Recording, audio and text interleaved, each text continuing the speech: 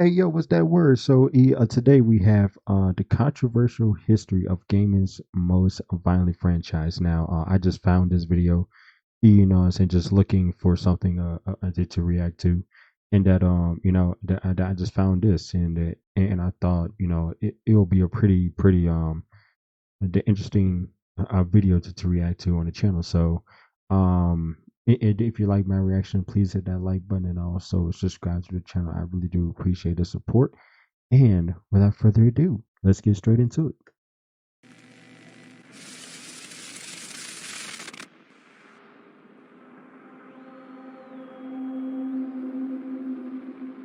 See martial arts game that some parents think is just too violent for their kids.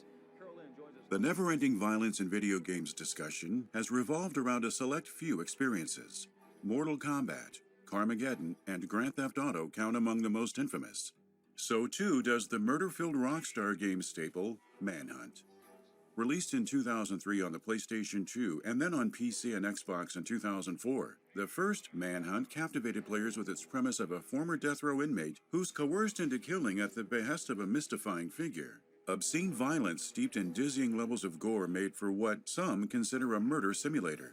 Yet others, especially in retrospect, perceive a semblance of depth that's long gone unappreciated. Everything that intrigued gamers and countless critics about it didn't go over well in other circles, however. Controversy enveloped Manhunt soon after its arrival, manifested in the outcries of parent-led organizations, the violent video game banning efforts of many politicians, and the discourse surrounding the psychological effects of such games.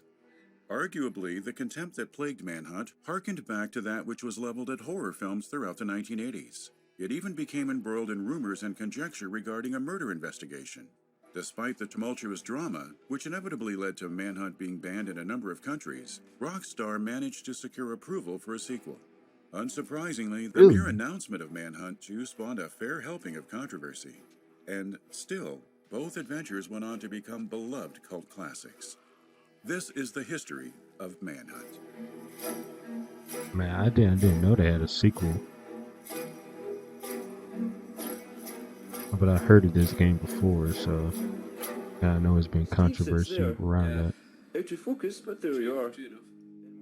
By the time leading development team Rockstar North began production on Manhunt around the year 2000, a separate Rockstar team was well on its way to causing a stir with Grand Theft Auto 3 and Vice City. These seminal experiences launched on the PlayStation 2 in 2001 and 2002 respectively, resulting in backlash that even unsettled some of the developers. According to a 2007 blog post by former Rockstar employee Jeff Williams, Manhunt's creation nearly caused a mutiny within the company. It was too controversial, specifically on the heels of GTA 3 and Vice City, both of which featured a level of violence that could be rationalized. Apart from the standard bad guy, players were never forced to kill anyone. Therefore, Williams argued, it was possible to play the series with a degree of moral fiber. Manhunt, on the other hand, lacked similar nuance. The studio couldn't explain away that game, Williams surmised, while expressing his belief that they'd crossed a line. Manhunt co-creator Christian Cantamessa, who wrote the 200-page script with fellow co-creator Alan Davidson and Vice City scribe James Worrall, later explained that Manhunt wasn't designed to incite so much contention. Rather, it was meant to provide commentary on violence in contemporary culture, especially in video games. During a masterclass discussion with Jeux Video magazine in 2019, Cantamessa called the project a contemplation of violence, one wherein Rockstar aimed to explore the player's role and that of game developers who orchestrate said violence. Interestingly, this was all born out of a relatively simple idea. In the masterclass, Cantamessa divulged that Manhunt's origins were cultivated within an experimental phase for Rockstar. The core idea was set in stone by studio president Sam Houser's desire to produce a horror game. Hauser left Cantamessa to work out the specifics with one key caveat: no zombies, vampires, or other monster-like creatures. Just make it scary, Cantamessa was told. With these instructions, Cantamessa and Davidson, an illustrator with a graphic art style akin to that of Frank Miller, set about conceiving a narrative wherein the protagonist must hide while being chased. The basic premise originated from a piece of art drawn by Davidson, which depicted a man running beneath an overpass. Only his shadow and lower body were on display. Meanwhile, the shadows of unseen figures chasing him loomed close behind. A Clockwork Orange immediately came to mind for Cantamessa. He thought it would be ingenious to have players assume the role of a homeless man who's tormented by gangs. The creative team then began riffing off the gang-centric angle, setting the foundation for Cantamessa to script a serial killer backstory. Workshop story ideas informed the snuff movie aspect, resulting in a twisted version of the 1987 film The Running Man. Thus, Manhunt came to life, a game centered around someone directing a snuff movie that showcases the player characters killing and being killed. The security camera feature felt very appropriate, Cantamessa remembered.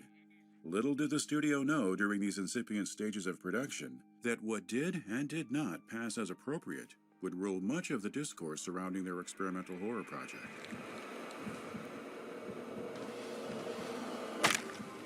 Damn.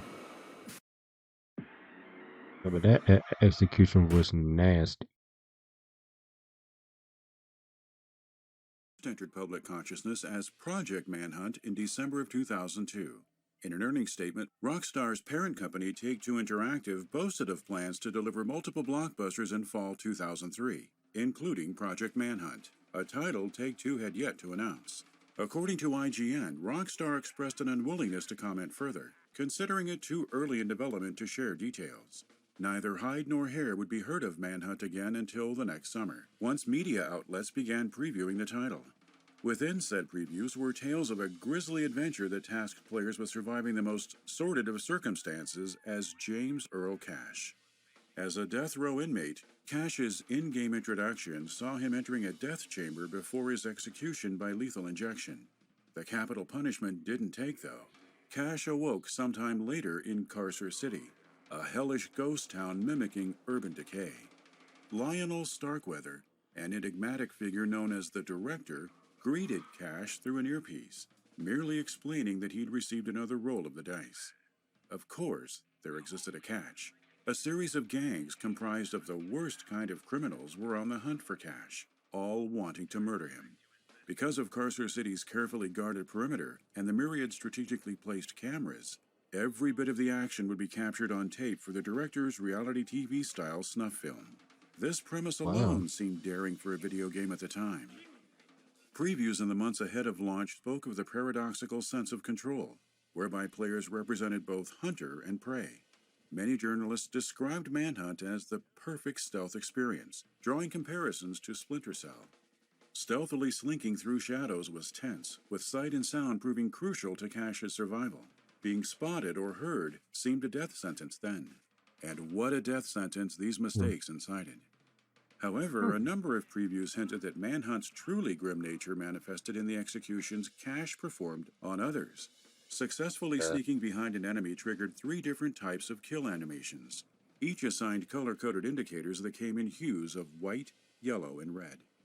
Immediate executions were marked by a white arrow, allowing players to unleash a hasty execution tamer than the rest. A yellow arrow appeared when players waited a few seconds, resulting in a violent execution that was slower to unfold and notably gross.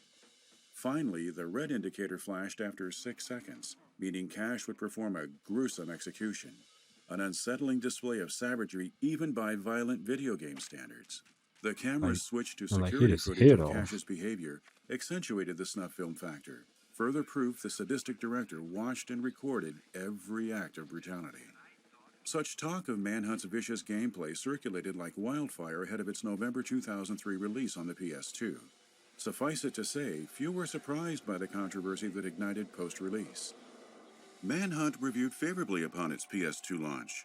Though lackluster in places due to subpar enemy AI behaviors, many critics found the stealth mechanics impressive. Other core gameplay mechanics failed to receive similar praise. Combat, for example, felt serviceable at best. Against 3 or more enemies, shooting and melee efforts, which functioned in a crude manner akin to GTA, were fruitless. This especially held true since Manhunt rewarded stealth above all else. A faulty control scheme intensified frustrations, specifically when the camera switched perspectives for cinematic scenes. The cinematic sections were worth the hassle, though, if one could stomach their brutal encounters. Thanks to Rockstar's work with Renderware, the game engine that powered previous GTA entries, Manhunt's grisly cutscenes appeared stylish. Overall, the visuals warranted praise across the board. Noteworthy lighting effects and detailed character models particularly elevated the experience. The same attention to detail surfaced in the game's environments, which Rockstar achieved because of Manhunt's comparably smaller spaces. Audio design and music received the bulk of the applause as well. The soundtrack synthesized tunes were reminiscent of those that pervade John Carpenter films. Carefully navigating environments felt all the more tense due to ambient sounds and enemy chatter, and the director's eerily gleeful commentary ensured discomfort remained ever present. Despite Rockstar's storytelling efforts, Manhunt's narrative didn't garner many compliments. In fact, most agreed that while the premise stimulated intrigue, the story itself failed to offer any substance. Cash merely moved from one level to the next with no payoff. Consequently, players would pass through several sections without gleaning new information. To a number of critics, though, even those outside of the gaming press, Manhunt's highs and lows were undermined by what was perceived as gratuitous violence. It quickly earned the reputation of the most violent game ever made. In turn, the stunning visuals, detailed character models, and exceptional audio design didn't do Rockstar's venture into horror any favors. New Zealand's ban on the title further increased Manhunt's notoriety. So, too, did the harsh critiques from U.S. politician Joe Baca. Though he hadn't played it, the California state representative referred to Manhunt as a tool teaching children how to kill. Regardless of the incessant negative press, no one could have anticipated the game's implication in a murder investigation. What investigators are calling a bloody vendetta. Hey, you want to order some Taco Bell?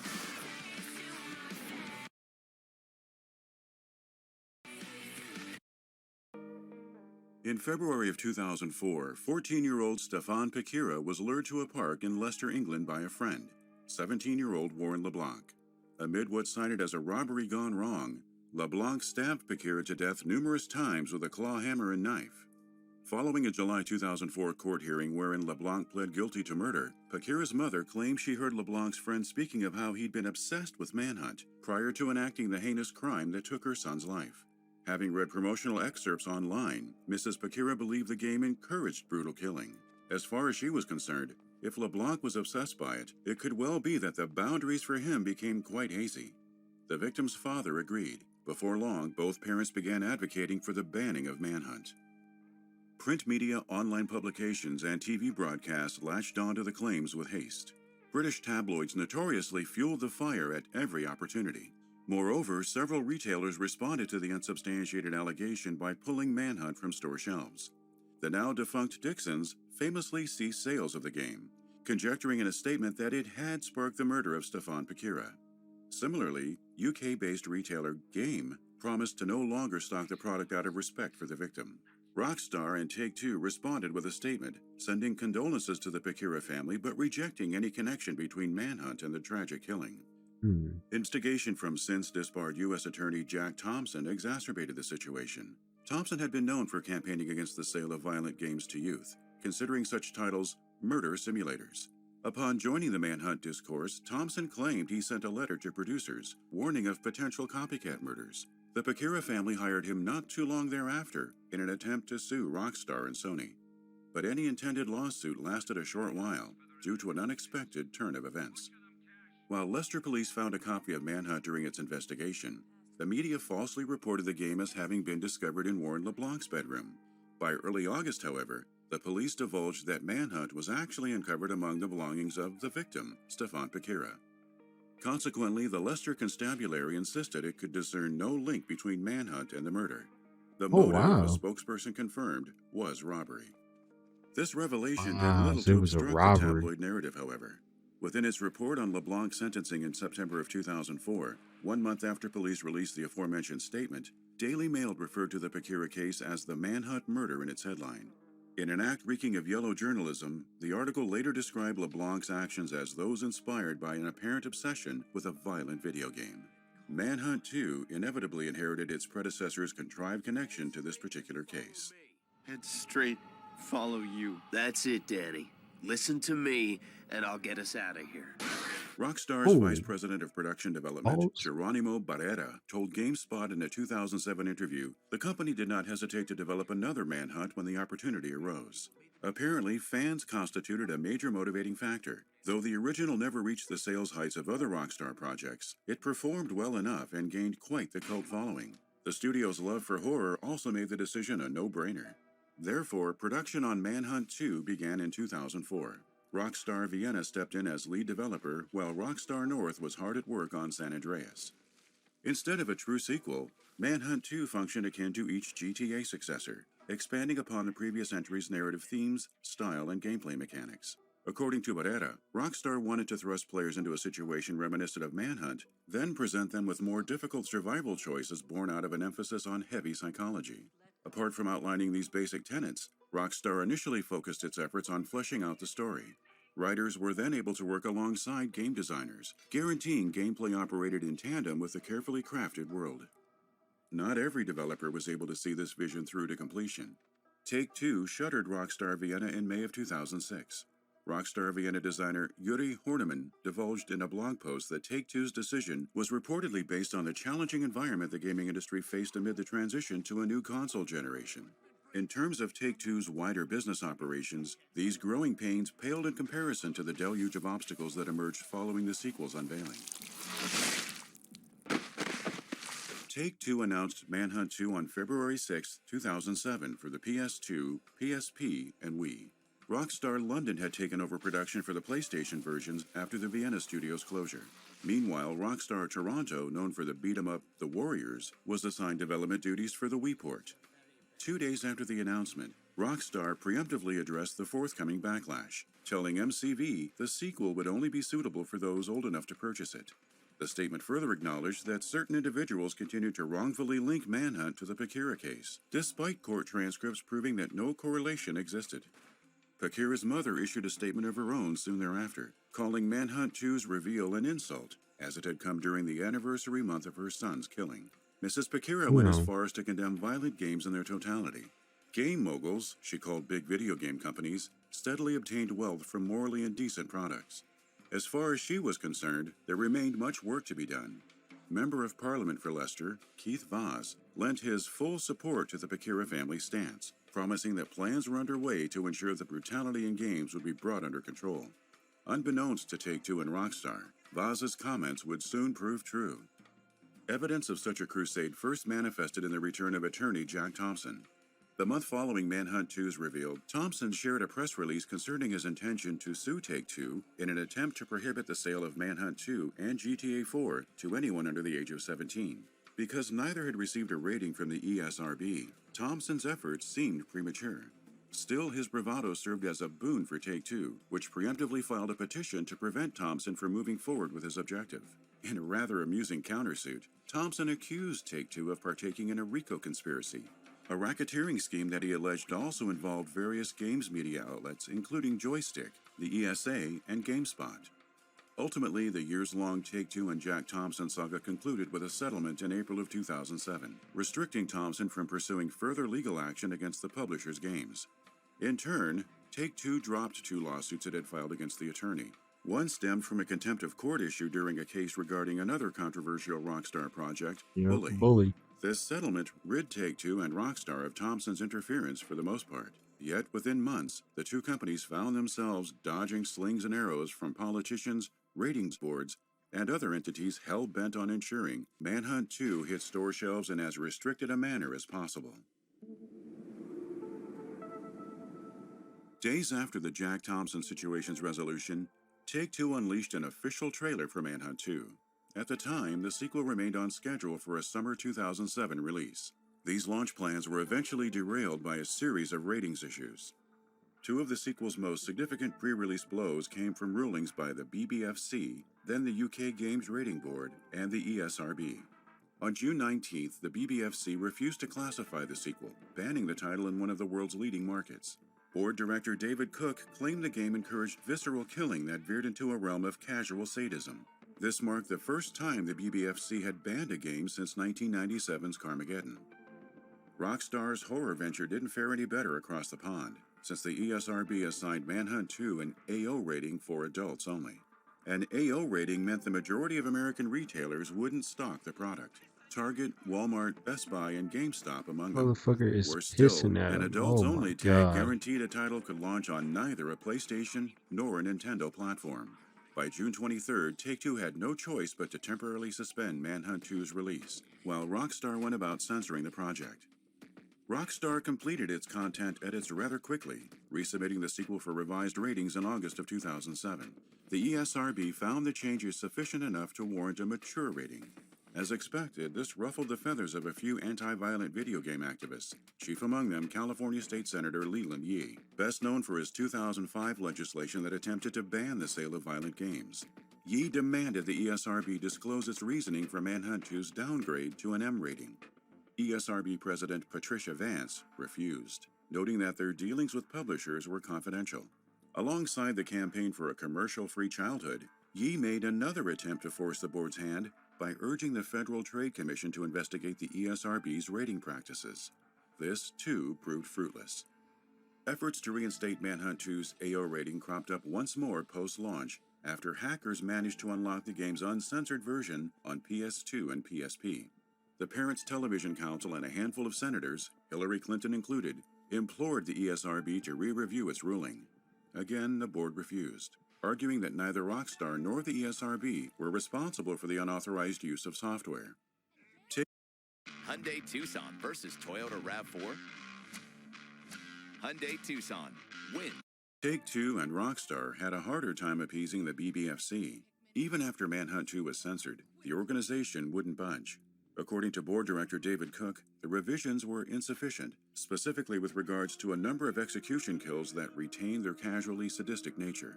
Manhunt 2 finally launched in Britain on Halloween in 2008, following the Video Appeals Committee's overturning of the BBFC ruling.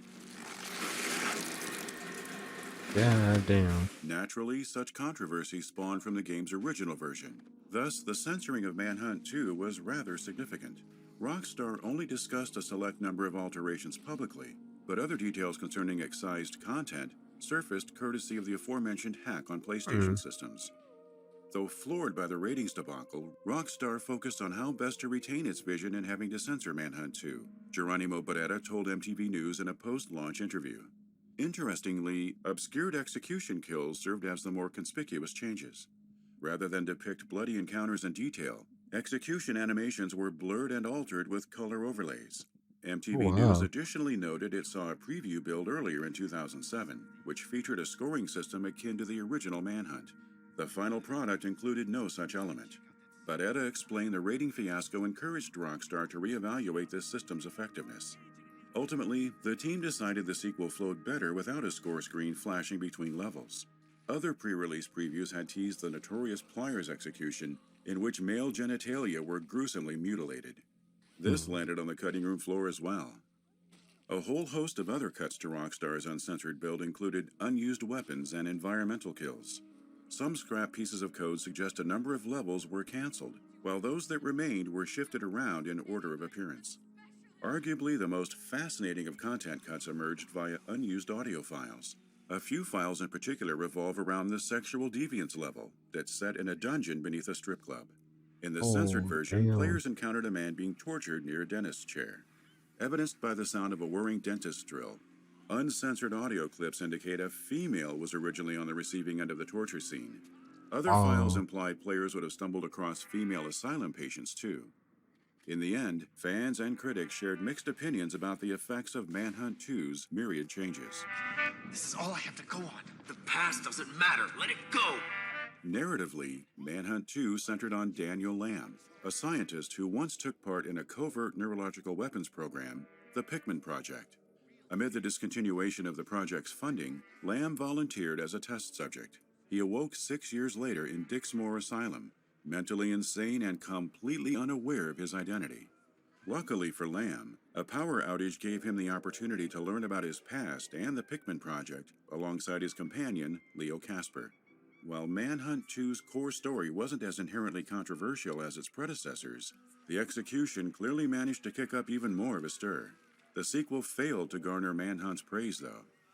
Reviews for Manhunt 2 were middling. As with the first entry, reviewers agreed that Rockstar managed to craft an intriguing plot. However, the overarching narrative failed to feel engaging. Enemy AI hadn't improved much either.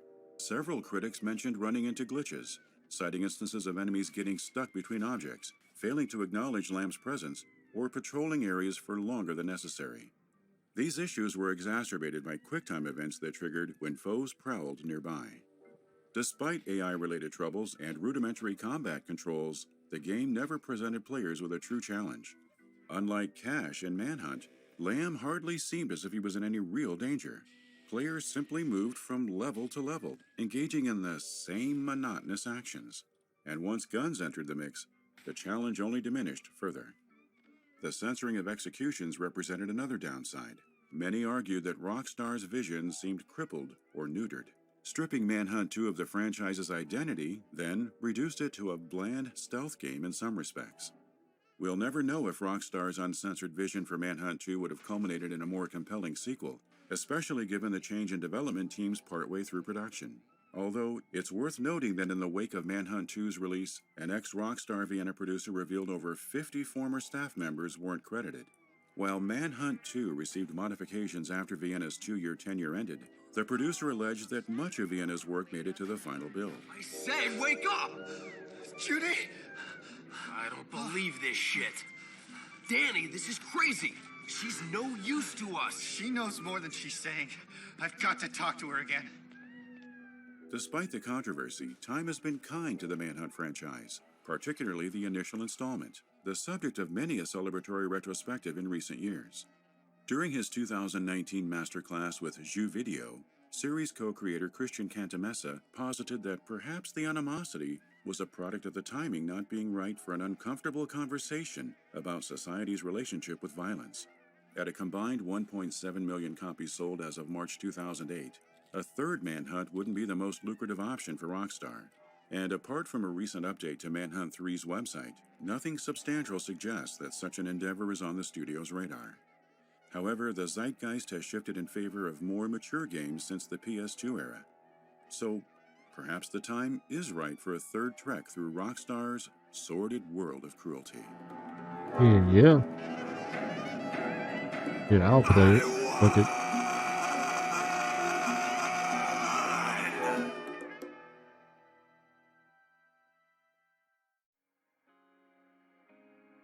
Thank you for watching. Man, this is a long ass video. But yeah, man, the game Manhunt drove, you know what I'm saying, controversy from, you know what I'm saying, and just from that murder case to the excuse me, to the history of violence, you know, in America, and you know what I'm saying, all the way to politicians. But, you know, all the way up and currently right now, you know what I'm saying, we have games like Mortal Kombat are still having that, you know, that violence to them, you know, and you know, correct me if I'm wrong, you know what I'm saying, I've never been in trouble with any, like, you know what I'm saying, politicians, you know what I'm saying, because it's a fucking video game, you know what I'm saying, and we already know what we signed up for, and when we get Mortal Kombat, you know, to see, you know what I'm saying, gruesome shit. So yeah, man, and I just like this dude said in the video that it is probably a good time and to do like a Manhunt Part 3, and you know what, that I will be willing to get that game and also to play it. And I haven't seen or played, you know what I'm saying, Manhunt 1 or 2, you know what I'm saying. I just know about a Manhunt Part 1 and not the Part 2 until now in this video. So yeah, man, Manhunt 3, it'll be a pretty good time, you know what I'm saying, to bring it up. So that is it for this video. So if you like this video, you know what I'm saying, hit that like button and also subscribe to the channel. I really do appreciate you guys' support, and I'll see y'all next time.